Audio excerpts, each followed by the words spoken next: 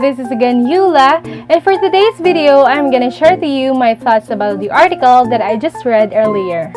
So by the way guys, this video is a course requirement of my subject, which is the Introduction to Business Analytics. So this is a video of our second activity.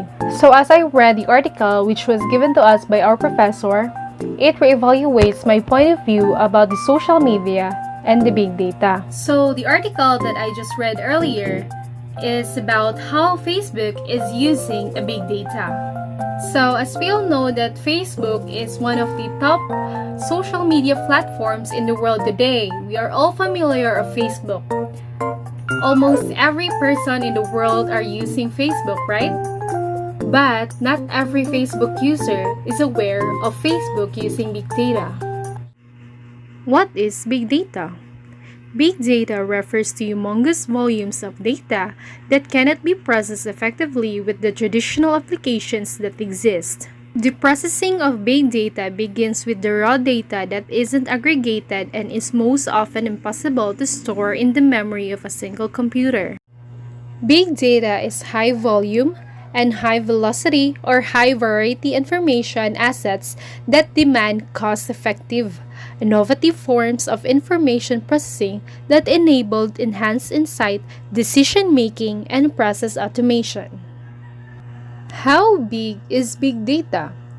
Big data is a popular term used to describe the massive collection of data, whether structured, semi-structured, unstructured, or raw. Data may be defined as an asset on balance sheet.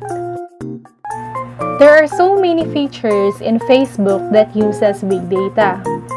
For example, is the flashback or the memories. So at first, I got amazed because Facebook is making a video about your friend's anniversary, yung mga memories with your friends last year, 2 years ago, 3 years ago. So aside from that feature, which is the Facebook memories, Facebook is also monitoring your Facebook likes, your dislikes, your comments, your shares, the posts you usually react, or the posts that you usually watch, or videos that you usually watch. And yes, they are gathering data about that. And then, so kung napapansin natin na Facebook, may mga Facebook posts na kahit hindi natin fina-follow is sadyang dumadating or nagpa-pop up sa mga news feeds natin. Kasi yun na ang pinapalabas ng Facebook based on our preferences, based sa data na nag-gather niya. So, yes. It's somehow amazing kasi hindi ka na mag-filter, hindi ka na masyadong mag-filter ng mga feeds mo sa Facebook mo kasi all of your likes or all of the things that you like is sadyang dumadaan siya sa newsfeed mo. So, it's okay.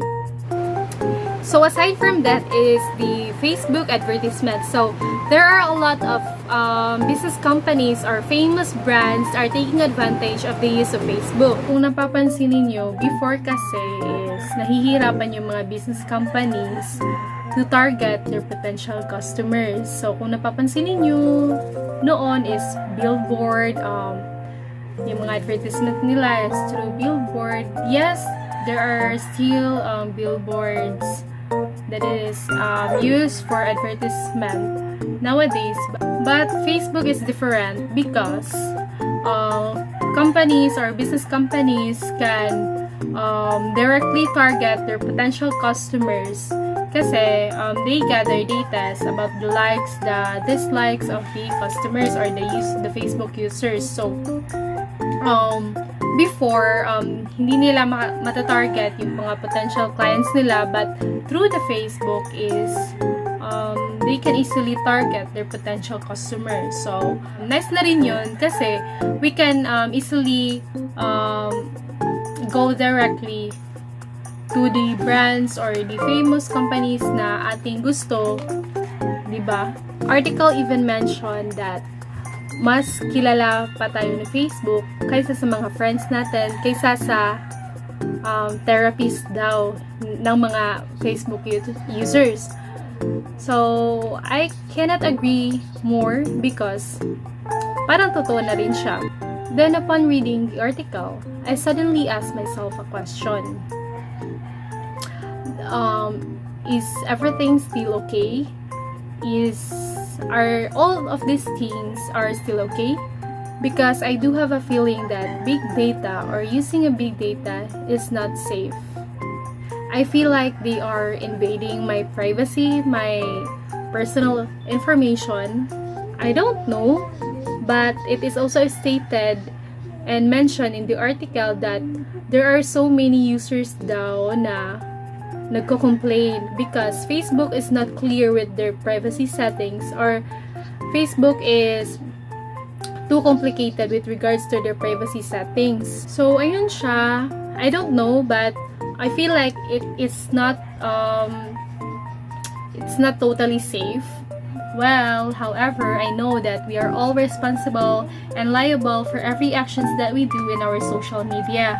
So I learned that I must be a responsible user of my Facebook account, and I must be careful of the information I am giving, because everything in the internet is not totally safe. Regardless, Facebook is so useful naman din when it comes to the communication. It is very useful and I'm thankful for that. And so yes, so this ends my video. Thank you everyone for watching, and may God bless us all.